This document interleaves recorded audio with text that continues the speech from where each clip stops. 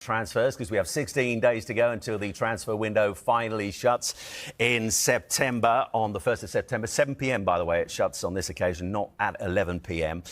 Yesterday, Eddie Howe, you'd have heard him probably in his press conference, saying that the prospect of Alexander Isak still being at Newcastle United come the end of the transfer window very much out of his hands. He's not in the squad today. That'll come as absolutely no surprise at all, Merce. Where do you see this story going next? For you, is it a question of when, not if, he leaves Newcastle? Yeah, I'd be shocked if he didn't leave now. I think it's gone past that now. He's not playing in this game, and I think it'll be sorted out before the transfer deadline day. Problem is, Newcastle got to bring someone in. I just looked at their team. Well, look at that front line today. You've got Gordon up front, who's not a centre-forward, in my opinion, and you look at the bench and there's none on there. So it's who you're going to get. You know, tried to get Seko, who went to Man United. I understand that if they get him, and then they can go and get rid of Isak. But at the moment, it's not good. You know, the man's a hero. You know, win a trophy, phenomenal player. You know, he's losing that legacy very quickly by not playing. I'm not saying he's turned around and said he doesn't want to play until I hear him come out and say that himself in front of the camera and say I refuse to play, and then it's a different matter. But at the moment, he's pushing his move, and I think he gets it. And in terms of, I mean, a massive amount of coverage, Clinton, on this throughout the summer, and it's the first thing we're talking about on this first weekend of the Premier League, but you can't avoid it at the moment. In terms of how he's handled it, and you see different quotes around what he's said, what he hasn't said.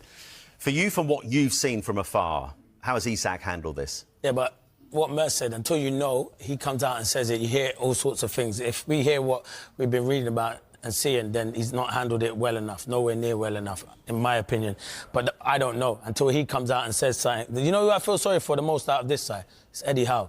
No one else. I don't feel, and obviously the Newcastle fans, and he's obviously his teammates. But as I say, I don't know what's going to happen. I do think the move to Liverpool will eventually happen, but they need it to happen sooner rather than later. There's only a couple of weeks to the window finishes. Newcastle need at least 2 more strikers in there. They were already going for Wissa, but that was to complement Isak because they lost Callum Wilson. So yeah, it's not a good situation at the moment. They would have loved to have him at Villa Park this afternoon, but yeah, it's not good. But I do think the deal will happen. You know the biggest winner out of this, do you?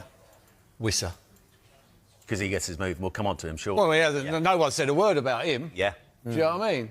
And yeah, Isak's getting all the stick, and it's no different with Wissa. Yeah, we'll talk about Wissa, because, of course, he left Brentford training camp as well, and Keith Andrews had plenty to say about that in recent days. For you, Sue, do you pick up on what Clinton said there about feeling sorry for Eddie Howe? Because you look at the club at the moment, I mean, boardroom level, he's been really hampered. Paul Mitchell, the sporting director, he's gone. Darren Eales serving his notice as well because of his ill health as well. It's very much been Eddie Howe on his own fighting the fires this summer so far, hasn't it?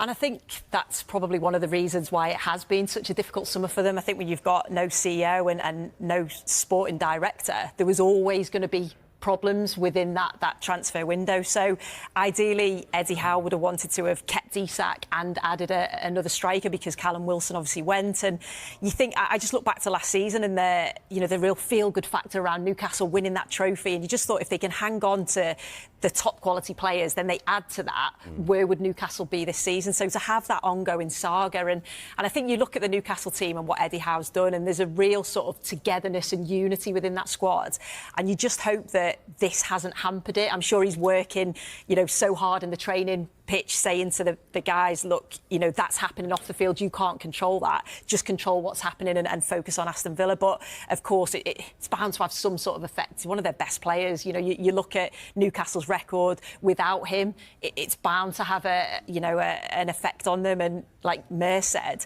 Gordon playing in that sort of false 9, if you like, Osula on the bench, that's their other option. They need to bring in strikers, and they'll be fully aware of that. Tim, is there any way you can see Isak, come the end of this transfer window, still being a Newcastle player? Yeah, it's possible. I don't see it. I'm with the guys. I think that it's inevitable that he would leave, and his destination will be Liverpool Football Club. I think his head's been turned. I'm not sure Liverpool would take it so far down the line and make the boy burn the bridges what he's burnt. He's burnt all bridges now at Newcastle. I think even if he turns up, of course everyone wants to see him in a Newcastle shirt, even the neutrals, because we all believe that if he ends up going with Guy, who I'm sure we're going to get onto, to Liverpool, then it's going to be very difficult for anyone else to be competitive towards Liverpool. But from Newcastle's point of view, it's very disappointing. I really can't believe that he has come out and said he'll never play for Newcastle again. I don't believe that. I don't believe you'd want to see him actually saying it rather than just relying on reports. He needs to come out and say he didn't say it because he's not looking good. Yeah. You know, it's not looking good for him, and I think he needs to come out and tell the world. It suits every other party apart from him. So look, let's get it right. Eddie Howe is not in the dark here. You know, you're talking about he knows what's happening. Eddie will know if the boy's going to leave or if he's not. It's a case of when they can get Wissa over the line, then they need to let Isak go. I read a lot of articles about people saying someone needs to make a stand. Why don't Newcastle make a stand? Well, Newcastle will be saying, why don't Liverpool make a stand, or Arsenal or Chelsea? Because it happens all the time. Every transfer window, this happens. Some player looks like they're holding the club to ransom.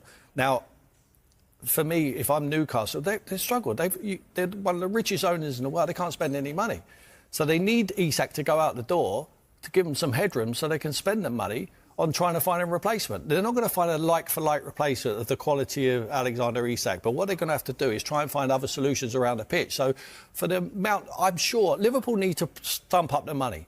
If they've told the boy to burn the bridges, they need to pull up 150 million. I think that is the number what Newcastle are holding out for. I really do. And Bers, coming on to Yoane Wissa, who we just mentioned, 19 Premier League goals last season. He left their training camp early. Keith Andrews confirming yesterday that he won't be in the squad to face Nottingham Forest in their Premier League opener tomorrow. Already a big headache for Keith Andrews at the start of the season, but I guess he would have expected that holding on to Wissa, they've always lost in Burma as well, is going to be very, very tough. But in terms of how he fits in at Newcastle, they need a striker. So from that point of view, he fits in well. But in terms of the pressure that comes with Newcastle in Champions League football, is he the right fit for you? Only time will tell. I thought he had an unbelievable season last season, a good season last season. You know, he's not had 3 or 4 or 5 good seasons, and you're going to be paying a lot of money for someone who's just turned it on this year, and he's had his year, and he's done well, and them two worked as a pair with him. So them two very good together. What are they going to like when they're not together? They're all the things. You know, no disrespect, Brentford get beat by Bournemouth and they still clap everybody around the pitch. That don't happen at Newcastle, and it won't happen at Man United with the other lad. Only time will tell, but they have to get someone in before they can ask. Because if they don't, Newcastle are not going to be competitive this season, I'm afraid, if they lose Isak and they have to rely on Gordon.